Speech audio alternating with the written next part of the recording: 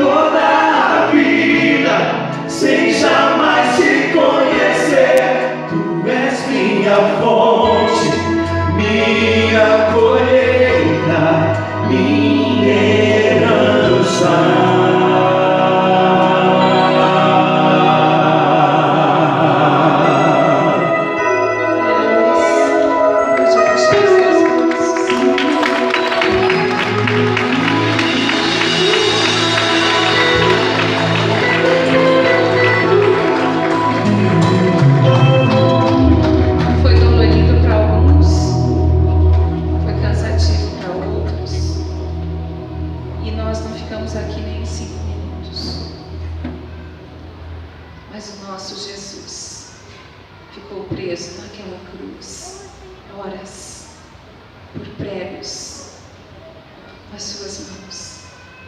Exatamente nessa posição, aonde humanamente falando, nós não aguentaríamos, talvez, nem 10% desse tempo.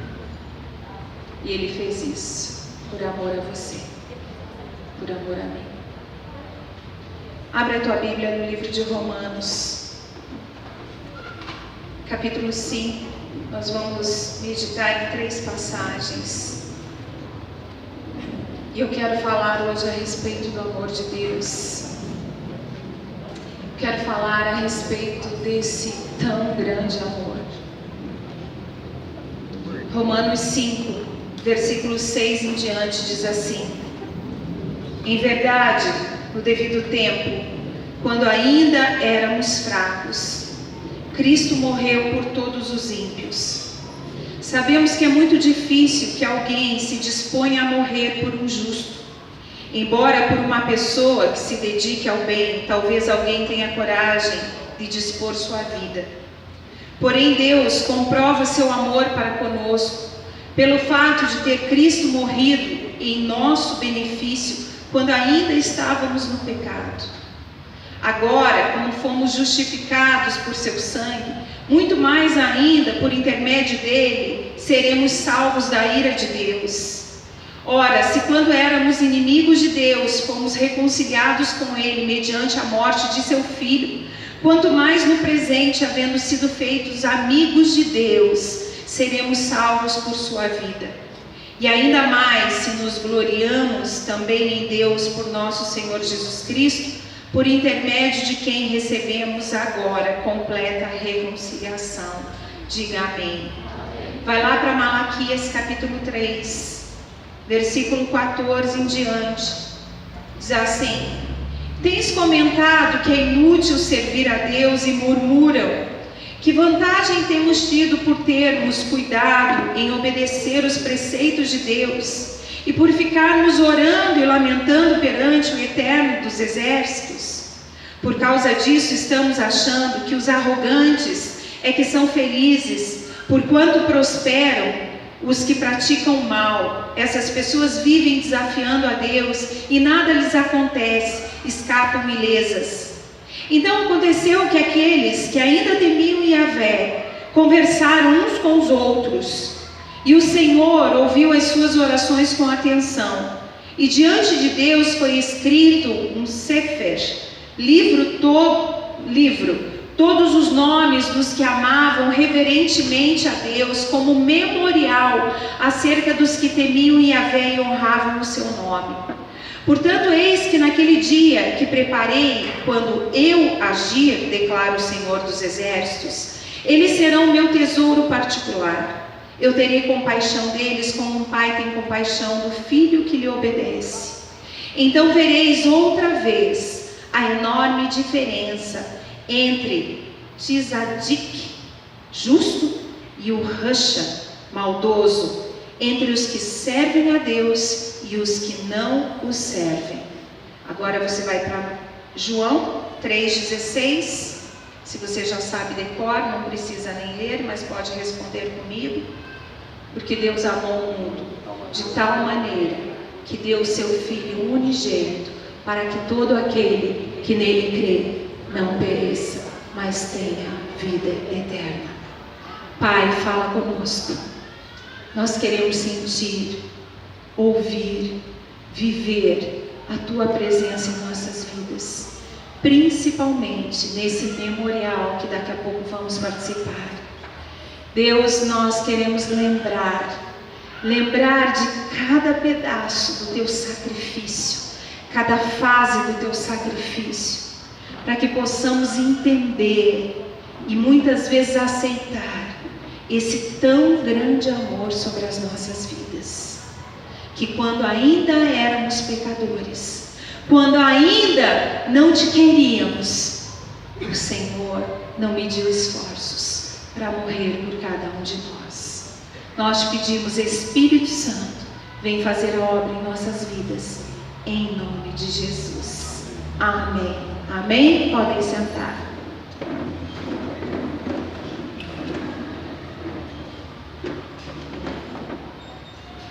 Eu quis fazer esse exercício com vocês, dos braços abertos, porque é algo extremamente desconfortável para nós, principalmente sem movimento nenhum.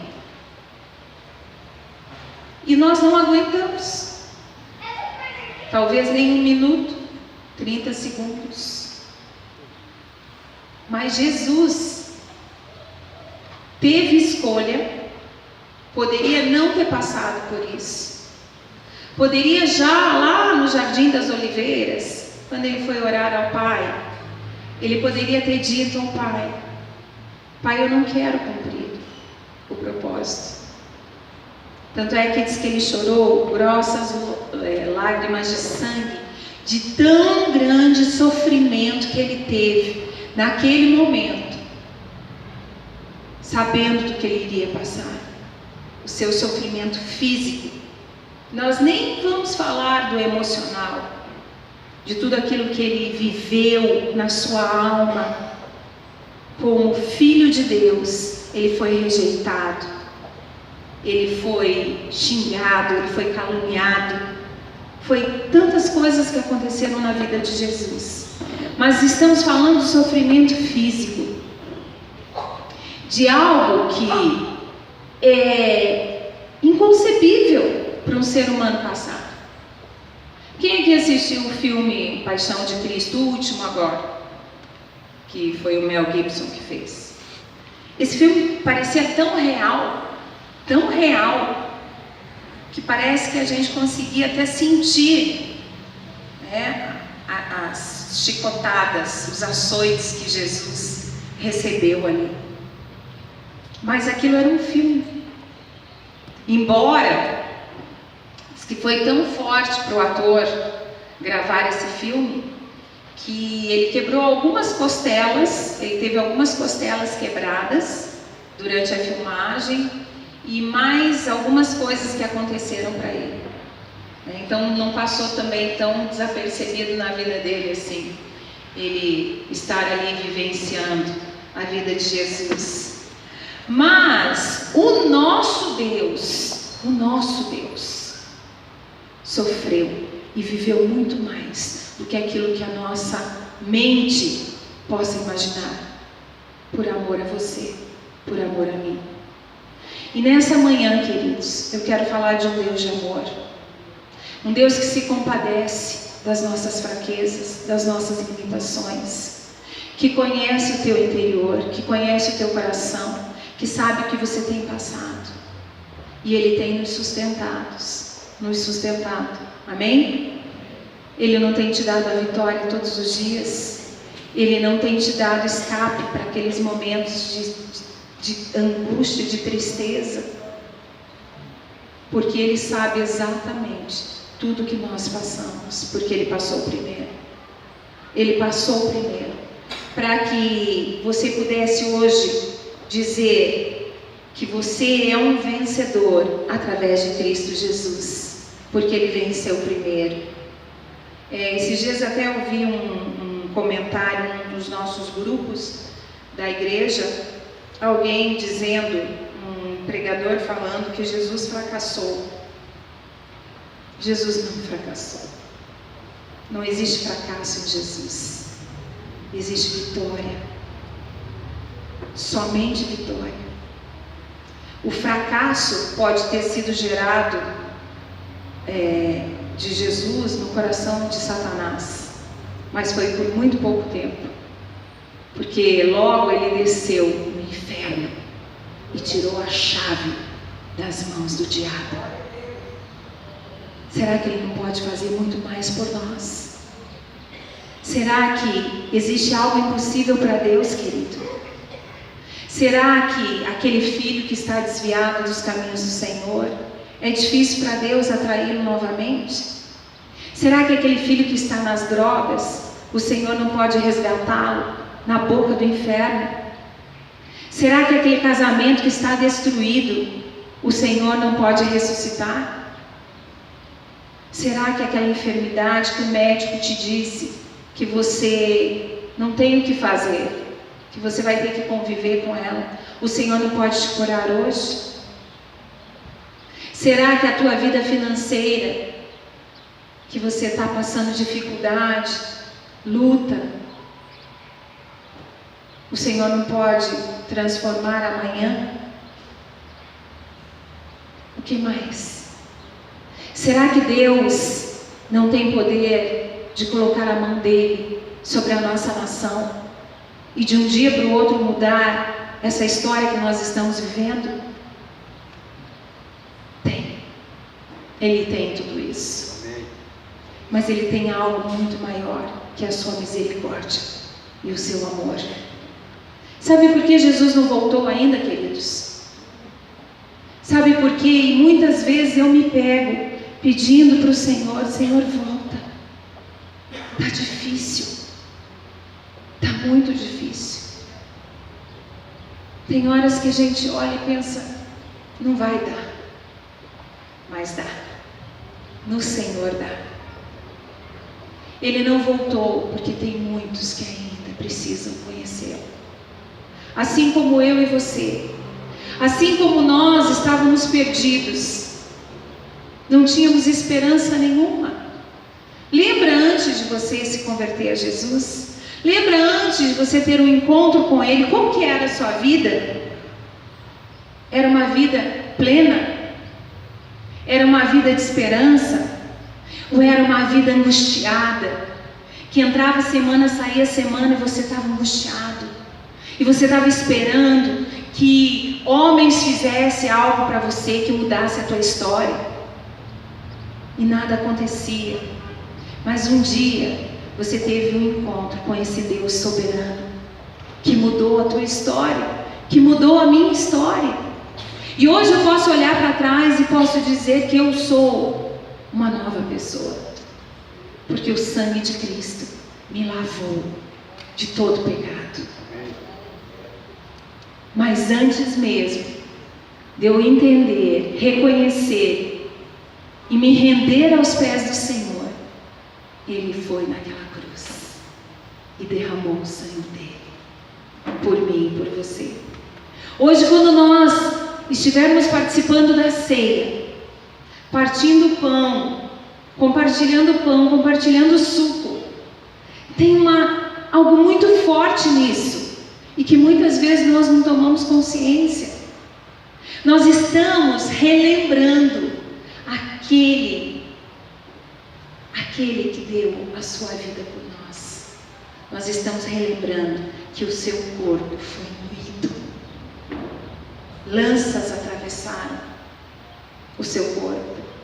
Uma coroa de espinhos furou toda a sua cabeça. Pregos o seguraram naquela cruz, através das suas mãos e dos seus pés. O seu sangue no suco foi vertido por amor a você e a mim. Queridos, muitas vezes nós gostaríamos de ter uma condição de abrir o coração das pessoas e poder colocar esse amor que nós sentimos que Deus tem por nós. Mas nós não conseguimos. Às vezes o sofrimento, às vezes a luta diária, às vezes os traumas, as perdas das nossas vidas vão fazendo com que o nosso coração fique cauterizado, que o nosso coração endureça. Às vezes a gente não consegue mais chorar. Às vezes nós não conseguimos mais ter esperança, mesmo sendo cristãos, mesmo tendo um dia tendo um encontro com Ele e querendo só a Ele. Lembra quando você se converteu? Você ia para casa e você queria mais, e você não queria que o culto acabasse, e você não queria que a palavra acabasse, e você não queria que o louvor acabasse. Você se derramava na presença do Senhor. Tudo era Deus. Você via Deus em todas as coisas. Você olhava uma flor e via Deus. Você via um pôr do sol e via Deus. Você olhava para as pessoas e chorava por amor, porque você queria que elas tivessem o que você tinha. Mas aí você foi caminhando e você talvez se tornou um religioso. E aí você vem para o culto e você senta aqui e você ouve a palavra e você participa, e de vez em quando você participa mais, você assume mais compromissos, ou daí larga um pouco dos compromissos, porque você está atarefado demais. Nós estamos tendo no discipulado, nas segundas-feiras, o tema sobre vida simples. E não é vida simples de coisas materiais, é vida simples de você buscar a simplicidade com Deus, como você tinha quando você se converteu. Você acordava de madrugada para orar, você era tomado pelo Espírito de Deus, você falava em línguas, você se enchia da presença de Deus. Convidavam você para orar, você era o primeiro a levantar a mão. Você queria participar de correntes de oração, de intercessão. Você ia no hospital e orava por alguém. Você oferecia de orar. Mas aí, a vida, o mundo, foi te colocando dentro de uma caixinha. E você continua sendo aquilo que um dia antes de Jesus você foi. Porque você esqueceu do amor dele pela tua vida. Você esqueceu que ele tem saudade de você. Você esqueceu que ele tem ciúmes de você. Você sabia que o Espírito Santo tem ciúmes de nós? Amém. Você esqueceu disso. Porque como você não consegue ver a Jesus com seus olhos humanos, então você esquece. Você já não compartilha mais os teus testemunhos.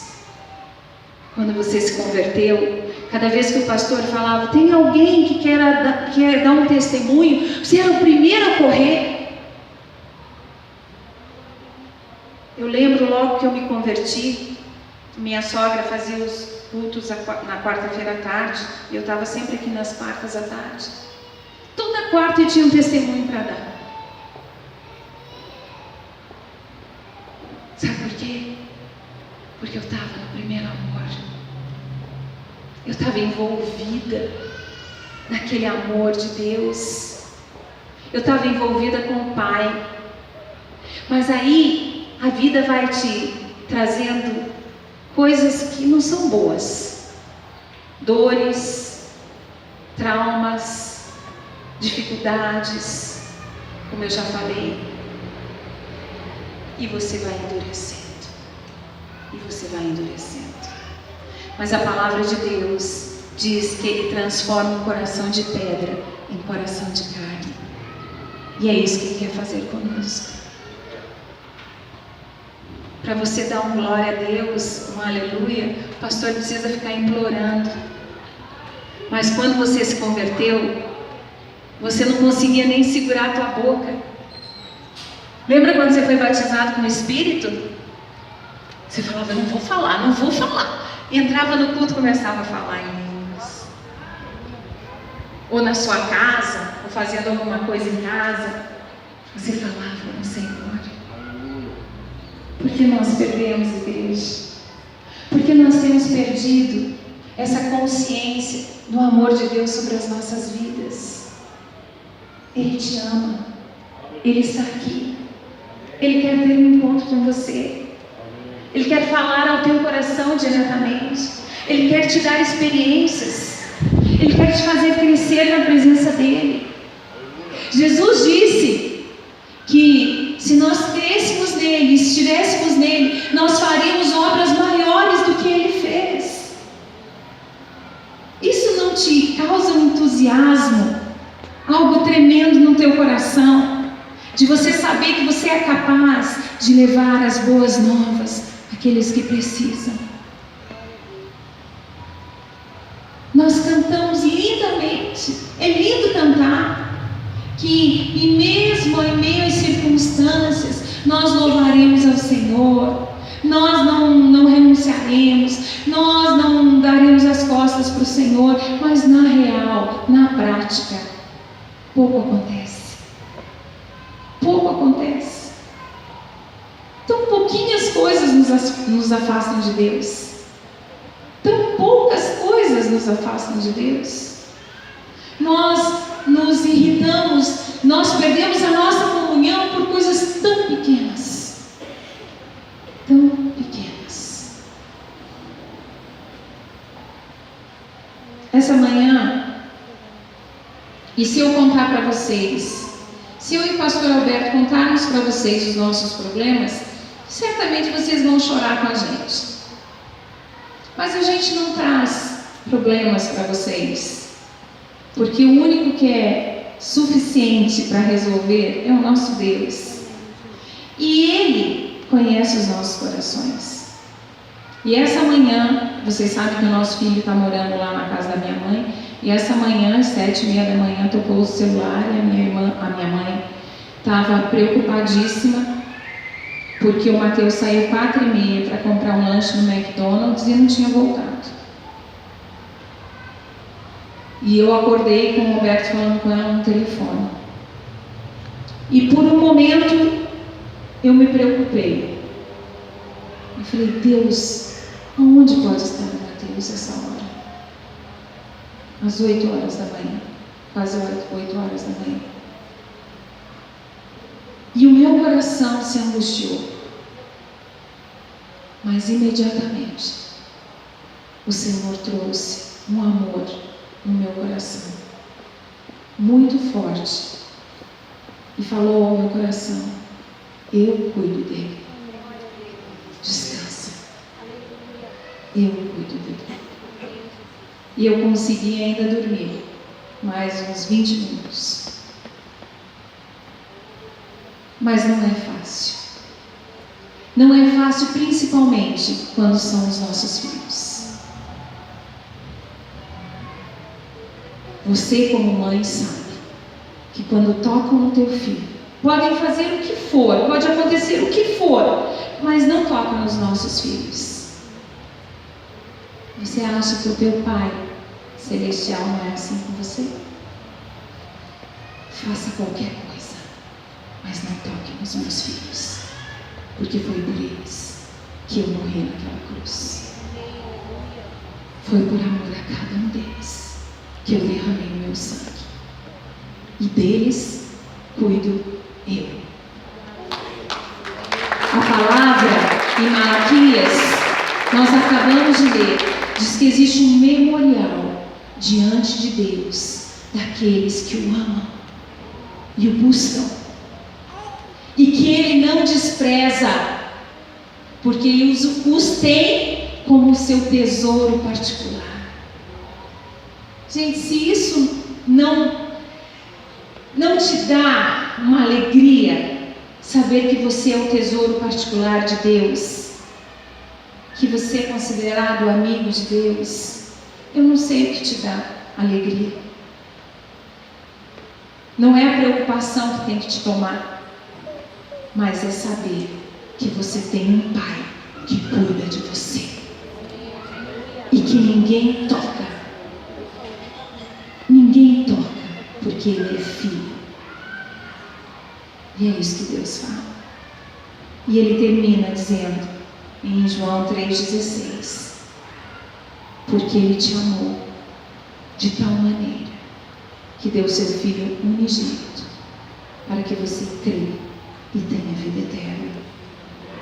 Diz comigo agora: Diga: Senhor Deus, me amou de tal maneira que deu o seu Filho unigênito para que eu creia e tenha vida eterna, porque eu sou filho e filha de Deus. Fique em pé neste momento. Eu vou chamar o louvor aqui.